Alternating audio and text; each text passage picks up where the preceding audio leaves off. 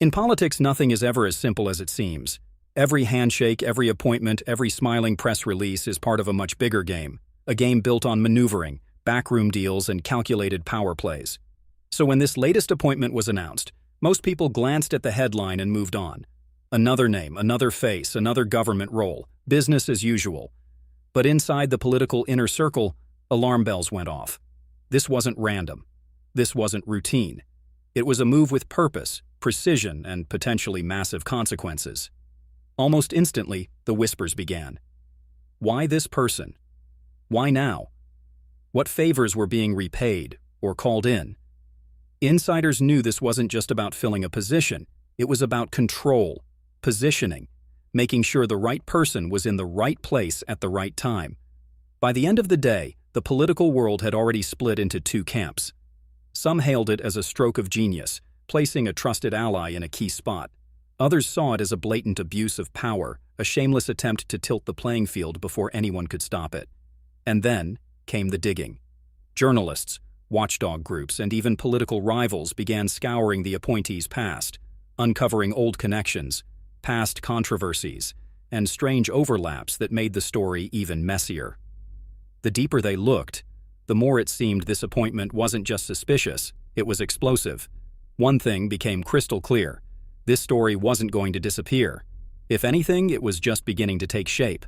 And the truth, when it finally comes out, could be a lot bigger than anyone expected. It started on an otherwise ordinary Monday morning.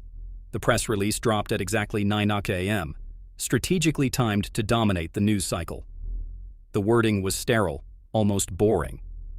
In recognition of her outstanding service and dedication, name has been appointed to serve as position. It was the kind of bland statement designed to sound safe, but it was anything but. Within minutes, political reporters recognized the weight of what had just happened. This wasn't just a promotion, it was a power shift. The position in question came with more than just prestige.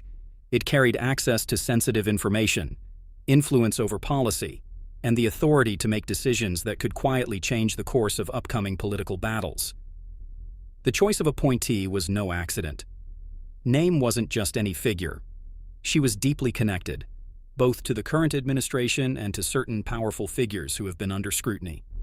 Those ties weren't exactly secret, but they'd never been this close to the levers of real power. By mid-morning, social media was ablaze with speculation. Was this about loyalty? Was it about silencing a potential critic?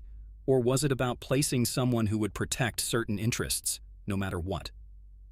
In political strategy circles, one thing was clear. This wasn't the kind of move you make unless you're playing a long game. And for some, the long game looked a lot like clearing the path for bigger, more controversial moves down the line. On paper, Name's resume looked impressive. Degrees from top schools, a record of public service, and a list of awards long enough to fill 2 pages.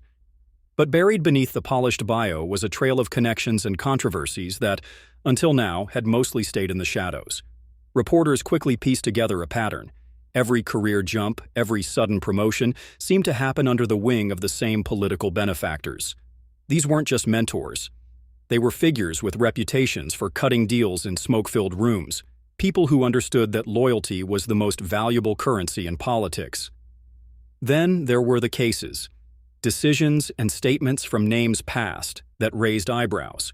In one high-profile incident, he had sided with a ruling that critics said clearly benefited a close political ally.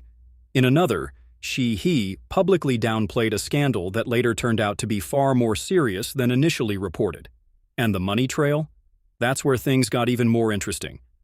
Campaign finance records revealed that some of Name's largest donors overlapped almost perfectly with the network currently under federal investigation. While nothing in those donations was outright illegal, the optics were bad.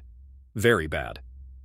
By the time evening news broadcasts picked up the story, the narrative was no longer about a new appointment. It was about a web of influence stretching back years, possibly decades.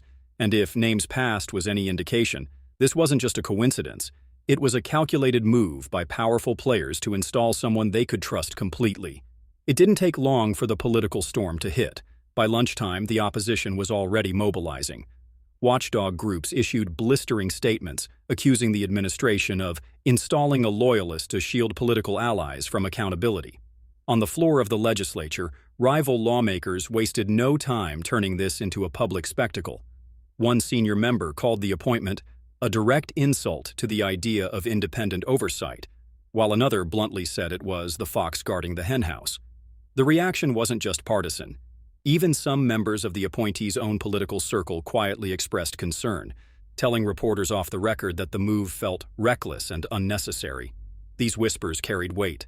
They suggested that the appointment wasn't universally supported, even among supposed allies.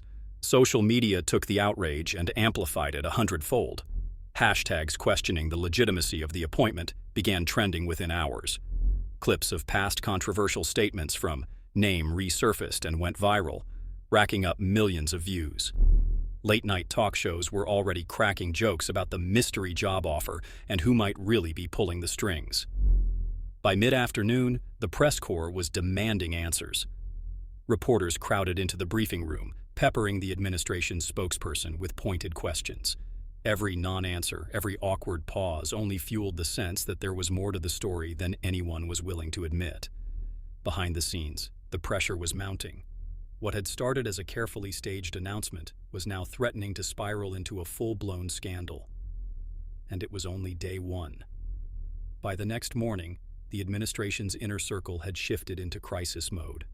Talking points were drawn up overnight, designed to reframe the appointment as nothing more than a routine personnel decision.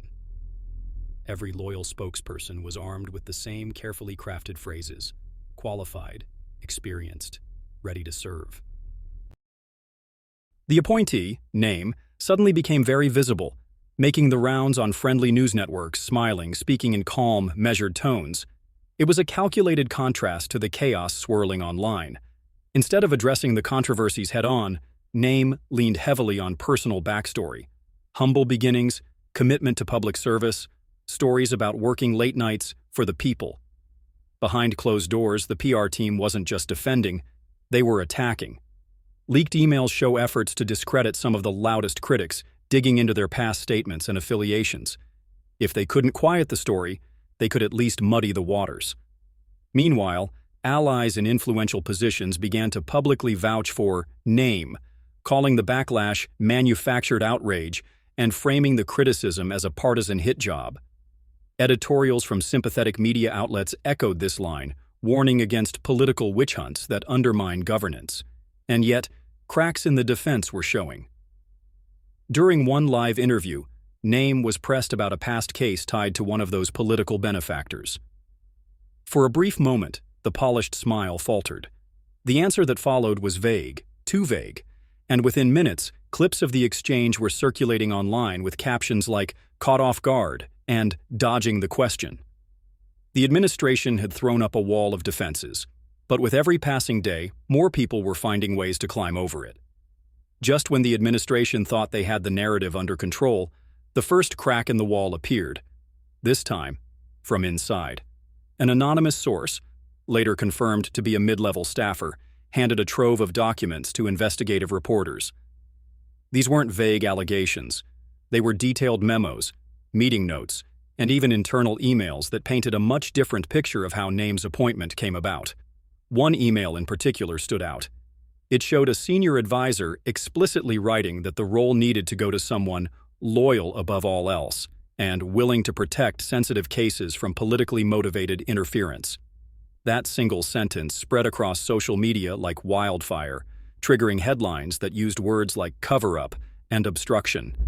Then came the most damning revelation, a timeline showing that Name had met privately with key political figures, some of whom were currently under investigation, just days before the official appointment.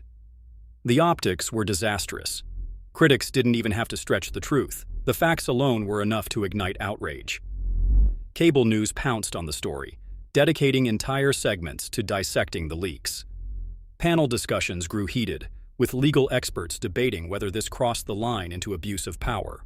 One former prosecutor didn't mince words, calling it a textbook case of political self-protection masquerading as governance. And the public? They were no longer just angry. They were suspicious. Online forums and grassroots groups started calling for independent inquiries, demanding that the appointment be reversed and the process investigated from top to bottom. By the end of the week, what had started as a political controversy had morphed into a potential legal and ethical crisis. And if the administration was rattled before, now they were staring down a scandal they could no longer control. For weeks, the administration had counted on loyalty as its strongest shield, but after the leaks, that shield began to crack, and fast. The first signs came quietly. A few high-profile allies stopped mentioning name in their speeches. Then, a well-respected senator from the president's own party gave a carefully worded statement saying, "While everyone deserves a fair chance, the integrity of this office must remain beyond question." It wasn't a direct attack, but in the language of politics, it was a flare in the night sky. The distancing had begun. Behind closed doors, party strategists were panicking. Polling showed public trust in the administration had dropped sharply, with independent voters swinging hard toward supporting an investigation. Even among the base, whispers of "why this fight" started to grow. The pressure built when a bipartisan group of lawmakers formally called for name to step aside pending a full inquiry. This wasn't just the opposition. It included people who had previously defended every controversial decision the administration had made. That's when it became clear. Loyalty had limits. Cable news loved the drama. Side-by-side clips of past praise and present criticism ran on a loop, hammering home the shift. Political analysts described the situation as bleeding allies, and one headline put it bluntly, "The abandonment has begun." And then came the ultimate blow, a longtime confidant of the president, someone who had stood by through every storm, publicly stated that the appointment had been a mistake. The soundbite landed like a gut punch, signaling that even the inner circle was fracturing. The message was unmistakable. This was no longer just about defending name, it was about survival, and some were deciding the lifeboat was more appealing than going down with the ship. The scandal had been growing like a storm on the horizon, but now it was directly overhead, and there was no shelter left. It began with the announcement that the House Oversight Committee would open a formal investigation into Name's appointment. This wasn't just political theater. Subpoenas were being drafted, witnesses lined up, and high-profile hearings scheduled for primetime coverage. The words "under oath" became the two most feared in Washington that week. Then, as if on cue, another leak dropped, this time from within the Justice Department itself. Internal communications revealed that certain ongoing cases had been paused for review immediately after Name took office. The timing was damning. Legal experts openly speculated that these pauses weren't about procedure. They were about protection. The media firestorm was unlike anything the administration had faced before. Network chyrons screamed, "Appointment scandal deepens," while reporters camped outside government buildings waiting for statements. Every public appearance turned into a minefield, with shouted questions about whether the president still had confidence in Name. But the true breaking point came during a nationally televised press conference. In the middle of answering a routine question, the press secretary was handed a note, live, on camera. Moments later, she abruptly ended the briefing, citing urgent developments. Within minutes, insiders confirmed the rumor. Multiple senior aides had resigned, unwilling to be connected to what one described as an unfolding disaster. The message to the public was clear. This wasn't just politics anymore. It was survival mode, and the walls were closing in. By the end of the day, commentators were saying it out loud. If the administration didn't act quickly, they risked losing control of the entire narrative, and maybe even their grip on power.